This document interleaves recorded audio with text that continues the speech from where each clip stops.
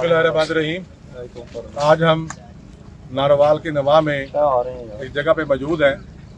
मरकज़ी जमीयत अहले-हदीस के शोबा खिदमत खलक अल-फलाह फाउंडेशन की तरफ से अमीर मोहतरम जनाब डॉक्टर अब्दुल करीम साहब, नाज़िम आला जनाब अब्दुल रशीद हिजाज़ी साहब और सदर अल-फलाह जनाब हाफ़िज़ शाहिद अमीन साहब के हुक्म पर यहाँ हमारे साथ अहले-हदीस यूथ फोर्स की मरकज़ी क़यादत जनाब अब्दुल गफ़ूर जेलमी साहब और इसी तरह हमारी पंजाब की क़यादत साहबज़ादा इनाम रहमान इज़दानी साहब, इसी तरह उनके साथ उनके दीगर रफ़क़ा मौजूद हैं। अब्दुल वहीद भट्ट साहब हमें जगह जगह ले जाकर दीगर जगहों पर माशाअल्लाह में ले जा रहे हैं और उन बस्तियों में जाके हम अल्हम्दुलिल्लाह के सामान की घर घर जाके तकसीम कर रहे हैं।